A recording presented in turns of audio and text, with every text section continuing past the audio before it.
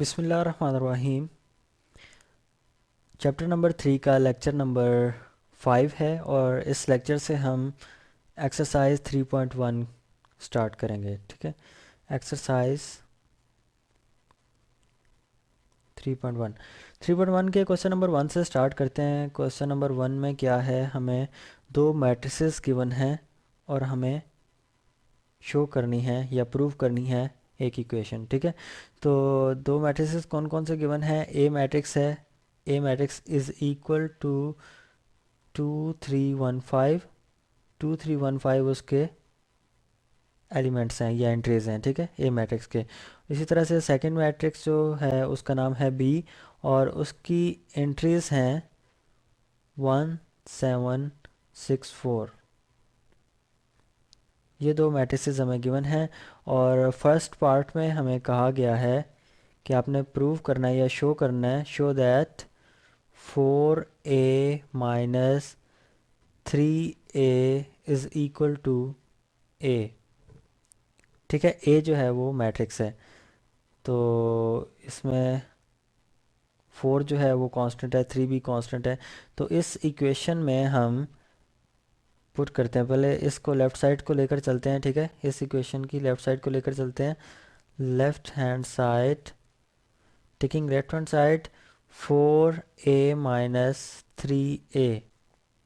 ए matrix की जगह उसकी वैल्यू पुट कर देते हैं, उस वो मैट्रिक्स पुट कर देते हैं। ठीक है, 4 इंटू ए क्या है, 2 3 1 5। ये ए मैट्रिक्स मैंने पुट कर दिया। उसके बाद माइनस है और 3 है और उसके साथ 3 के साथ मल्टीप्लाई हो रहा है फिर से ए मैट्रिक्स। ए मैट्रिक्स क्या है, 2 3 1 5। अच्छा, अब हम मल्टीप्लाई कर देते हैं 4 को इस मैट्रिक्स के साथ, तो स्केलर मल्टीप्लिकेशन हो रही है। ठीक है, 4 जो है एक कांस्टेंट है और ये एक मैट्रिक्स है, तो इसमें हर एक एलिमेंट के साथ मल्टीप्लाई हो जाएगा 4। तो ये बन जाएगा 8 12 4 20। ठीक है, 4 को मैंने मल्टीप्लाई कर दिया इस मैट्रिक्स के साथ। उसके बाद माइनस साइन है और फिर 3 जो है वो कांस्टेंट है, वो इस मैट्रिक्स के साथ मल्टीप्लाई हो रहा है। यहाँ पे भी स्केलर मल्टीप्लिकेशन हो रही है, तो मल्टीप्लाई कर देते हैं। ये बनेगा 6 9 3 और 15। अच्छा, ये तो होगी स्केलर मल्टीप्लिकेशन। आगे मज़ीद इसको सॉल्व करते हैं। इस मैट्रिक्स में से हमने सेकंड मैट्रिक्स जो है वो सब्ट्रैक्ट करना है। तो सब्ट्रैक्शन और एडिशन के लिए पहले तो ये देखना होता है कि उनका ऑर्डर सेम है या नहीं। तो ये भी 2 क्रॉस 2 का मैट्रिक्स है और ये भी 2 क्रॉस 2 का मैट्रिक्स है। ठीक है, तो ये आपस में सब्ट्रैक्ट हो सकते हैं या ऐड हो सकते हैं, तो हमने सब्ट्रैक्ट करना है। तो हर एक एंट्री से के करस्पॉन्डिंग एंट्री जो है वो उसमें से सब्ट्रैक्ट होगी। मतलब कि 8 में से 6 होगा, 12 में से 9 होगा। तो ये मैं साथ साथ लिखता भी जाता हूँ, 8 - 6, 12 - 9, 4 में से 3 माइनस होगा, 4 - 3, 20 में से 15 माइनस होगा। ठीक है, करस्पॉन्डिंग एंट्रीज को सब्ट्रैक्ट किया जाता है। तो इसका रिज़ल्ट क्या बनेगा, 8 - 6 का रिज़ल्ट 2 और 12 - 9 इज़ 3, 4 - 3 इज़ 1, 20 - 15 इज़ 5। तो ये इसका रिज़ल्ट आया है। ठीक है, लेफ्ट हैंड साइड को सॉल्व हमने किया। ठीक है, मैट्रिक्स की वैल्यू पुट करके सॉल्व किया तो रिज़ल्ट आया 2 3 1 5। 2 3 1 5 अगर देखा जाए तो वो पहले से ए मैट्रिक्स के इक्वल है, मतलब कि हम इसको कह सकते हैं is equal to a matrix है। तो लेफ्ट हैंड साइड हम लेकर चले थे, लेफ्ट हैंड साइड क्या था, 4a - 3a, और वो इक्वल आया है ए के, मतलब is equal to right hand side के इक्वल आया।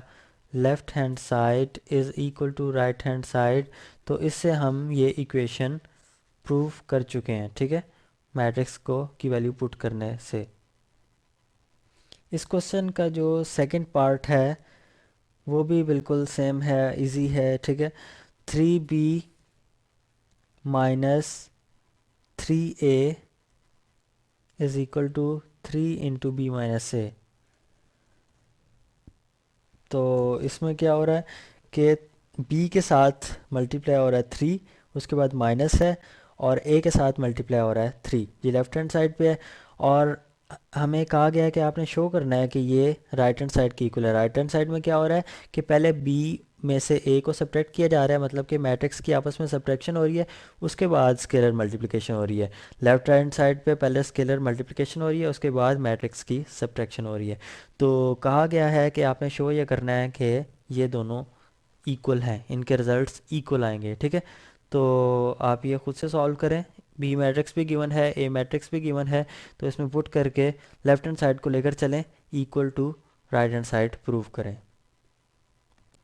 आगे हम क्वेश्चन नंबर 2 पर आते हैं। क्वेश्चन नंबर 2 में हमें क्या कहा गया है कि एक मैट्रिक्स हमें दिया हुआ है, ए मैट्रिक्स जो है वो इक्वल है आयोटा 0 1 माइनस आयोटा। ये एक मैट्रिक्स ए हमें गिवन है और हमें कहा गया है शो दैट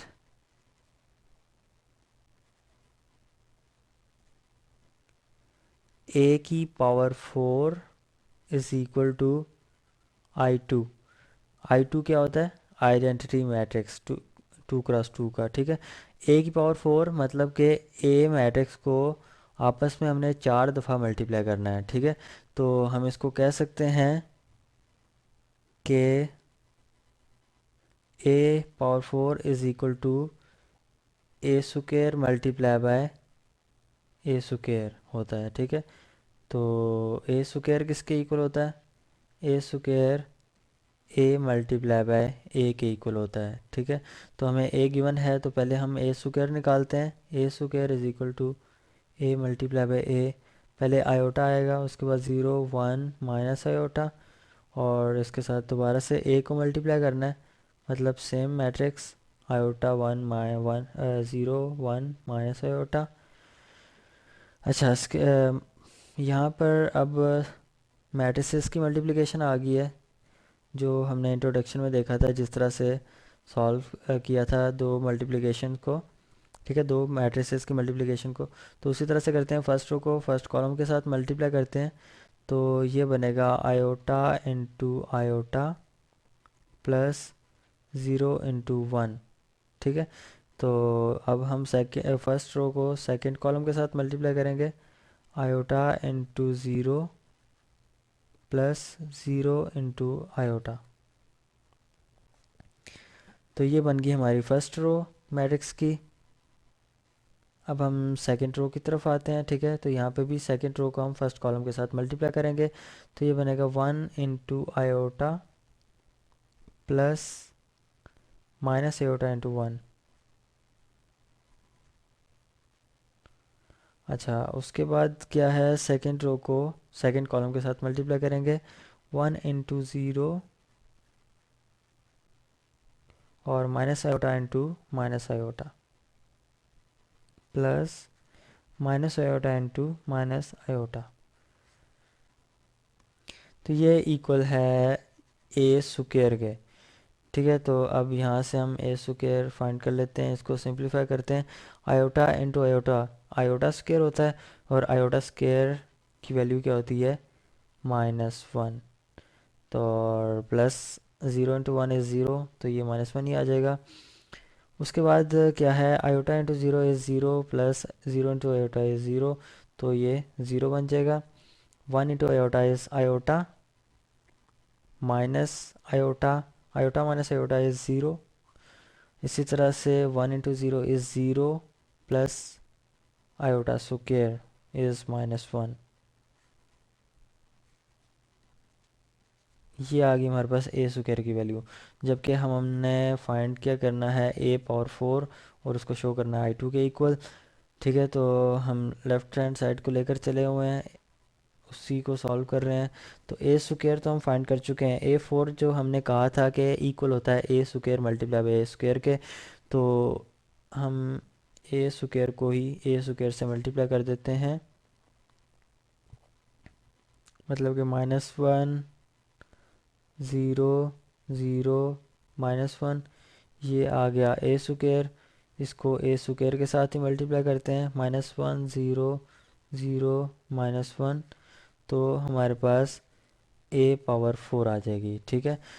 तो मल्टीप्लिकेशन दोबारा से करते हैं, फर्स्ट रो फर्स्ट कॉलम के साथ -1 इंटू -1 प्लस 0 इंटू 0, और फर्स्ट रो को सेकंड कॉलम के साथ -1 इंटू 0 प्लस 0 इंटू -1। अब हम सेकंड रो पे आते हैं, सेकंड रो को फर्स्ट कॉलम के साथ मल्टीप्लाई करेंगे, 0 इंटू -1 प्लस -1 इंटू 0, और आगे सेकंड रो को सेकंड कॉलम के साथ 0 इंटू 0 प्लस -1 इंटू -1। तो हमारे पास क्या बना, -1 इंटू 1, -1 इज़ +1 प्लस 0 इज़ +1 ही आएगा। इधर दोनों ज़ीरो से मल्टीप्लाई हो रहे हैं तो रिज़ल्ट भी ज़ीरो आएगा, और यहाँ पे भी रिज़ल्ट ज़ीरो आएगा, और इनका -1 इंटू -1 इज़ 1 आएगा। तो इसमें देखा जाए तो प्रिंसिपल डायगोनल ये है, उसमें 1 एंट्रीज पड़ी हुई हैं, ठीक है, 1 पड़ा हुआ है इसमें भी और इसमें भी, और बाकी जो एलिमेंट्स हैं दो ही बचते हैं, वो भी ज़ीरो हैं। तो ये बनता है आइडेंटिटी मैट्रिक्स, और इसका ऑर्डर क्या है, 2 × 2 है, तो हम उसको लिखते हैं I2। ठीक है, लेफ्ट हैंड साइड को लेकर चले थे जो कि A⁴ थी, A⁴ को हम प्रूव कर चुके हैं I2 के इक्वल। अब हम क्वेश्चन नंबर 3 पर आते हैं। क्वेश्चन नंबर 3 में हमें क्या कहा गया है, find x and y। Find x and y मतलब कि x की वैल्यू फाइंड करनी है और y की वैल्यू भी फाइंड करनी है। इफ़ फर्स्ट पार्ट करते हैं इसका, उसमें है मैट्रिक्स गिवन है जिसमें एलिमेंट्स हैं x+3, 1 -3, 3y-4। ये एक मैट्रिक्स गिवन है हमें, ठीक है, और उसे कहा गया है कि वो इक्वल है 2, 1, -3 और 2 के, ठीक है, इस मैट्रिक्स के इक्वल है। तो ये लेफ़्ट साइड पे भी एक मैट्रिक्स है, राइट साइड पे भी एक मैट्रिक्स है, और दरम्यान में इक्वल का साइन है। उसका मतलब ये क्या है कि ये दोनों मैट्रिक्स आपस में क्या हैं, इक्वल हैं। तो जब दो मैट्रिसेस आपस में इक्वल होते हैं, हमने जब इक्वल मैट्रिसेस पढ़े थे इंट्रोडक्शन पार्ट में, ठीक है, तो उसमें क्या कहा था कि दो मैट्रिक्स कब इक्वल होते हैं, जब उनकी एंट्रीज भी इक्वल होती हैं, ठीक है। एक तो ऑर्डर भी सेम होना चाहिए और दूसरा एंट्रीज भी इक्वल होनी चाहिए, ठीक है, तब वो मैट्रिसेस इक्वल होते हैं। तो यहाँ पे हमें प्रूव करने के लिए तो नहीं कहा गया कि ये क्या ये मैट्रिसेस इक्वल हैं या नहीं, हमें तो गिवन है कि ये दोनों मैट्रिसेस इक्वल हैं। गिवन किस तरह है, क्योंकि इन दोनों मैट्रिसेस के दरमियान इक्वल का साइन दिया गया है और हमें कहा गया है कि ये दोनों मैट्रिसेस इक्वल हैं, ठीक है। तो हम ये सपोज कर लेते हैं कि ये वाकई में इक्वल हैं। तो क्या होना चाहिए दोनों इक्वल मैट्रिसेस का, कि जो एलिमेंट्स हैं वो भी इक्वल होने चाहिए, ठीक है। मतलब कि x+3 जो है वो इक्वल होगा 2 के, x+3 वो इक्वल होगा क्यों, 2 के, क्योंकि ये दोनों मैट्रिसेस इक्वल हैं और उसके फर्स्ट एलिमेंट्स जो हैं वो भी इक्वल होंगे, सेकंड सेकंड तो नज़र आ भी रहा है कि वो इक्वल हैं। थर्ड में जो एलिमेंट्स हैं वो भी नज़र आ रहा है कि इक्वल है। फोर्थ मैट्रिक्स भी आपस में इक्वल होंगे, ठीक है। तो फोर्थ एलिमेंट्स जो हैं 3y-4 इज़ इक्वल टू 2 है, ठीक है। तो यहाँ से हमारे पास दो इक्वेशंस आ गई हैं, तो इनको हम सॉल्व कर लेते हैं। पहली इक्वेशन को मैं सॉल्व करता हूँ, x इज़ इक्वल टू 2-3 हो जाएगा। तो यहाँ से हमारे पास x की वैल्यू आएगी x इज़ इक्वल टू -1, ठीक है। x की वैल्यू तो हम फाइंड कर चुके हैं। अब सेकंड इक्वेशन पे आते हैं, उसमें से हम y की वैल्यू फाइंड करते हैं। 3y इज़ इक्वल टू 2+4, मतलब कि 3y इज़ इक्वल टू 6 आ गया, और y is equal to 6/3 is equal to 2, मतलब कि y is equal to 2। x और y की ही वैल्यू हमने फाइंड करनी थी और यहाँ पर हम फाइंड कर चुके हैं। इसका जो सेकंड पार्ट है वो आप ख़ुद से सॉल्व करेंगे, ठीक है। उसमें भी x और y की वैल्यूज़ फाइंड करनी है, बिल्कुल सेम मेथड है, बिल्कुल आसान सा क्वेश्चन है, ठीक है। इसी तरह से आप सॉल्व करेंगे करस्पॉन्डिंग एंट्रीज को इक्वल रख के, तो आपके पास x और y की वैल्यूज़ आ जाएंगी। अच्छा, आगे क्वेश्चन नंबर 4 जो है वो बिल्कुल क्वेश्चन नंबर 1 की तरह है, ठीक है। क्वेश्चन नंबर 1 मैंने सॉल्व कर दिया है इससे पहले, तो आप वो भी खुद से ट्राई करें। और उसके बाद हम क्वेश्चन नंबर 5 पे आते हैं। क्वेश्चन नंबर 5, क्वेश्चन नंबर 5 में भी हमें कहा गया है कि आपने एक्स और वाई की वैल्यूज़ फाइंड करनी है। एक्स और वाई की वैल्यूज़ फाइंड करनी है, जबकि हमें एक इक्वेशन दी हुई है, ठीक है। मैट्रिसेस की एक इक्वेशन दी हुई है, तो वो मैं लिख देता हूँ। क्या इक्वेशन है? पहला मैट्रिक्स है 2 0 x 1 y 3, और उसके साथ ऐड किया जा रहा है दूसरा मैट्रिक्स जिसके साथ मल्टीप्लाई किया जा रहा है 2 1 x y 0 2 - 1 is equal to 4 - 2 3 1 6 1। तो ये मैट्रिसेस की इक्वेशन है जिसमें तीन मैट्रिसेस हैं, ठीक है। और इस मैट्रिक्स के साथ 2 मल्टीप्लाई हो रहा है, तो हम पहले इसको सिंप्लीफाई करते हैं। 2 0 x 1 y 3, ये हो गया फर्स्ट मैट्रिक्स। उसके बाद प्लस है और 2 मल्टीप्लाई हो रहा है इस मैट्रिक्स के साथ, तो मल्टीप्लाई कर देते हैं।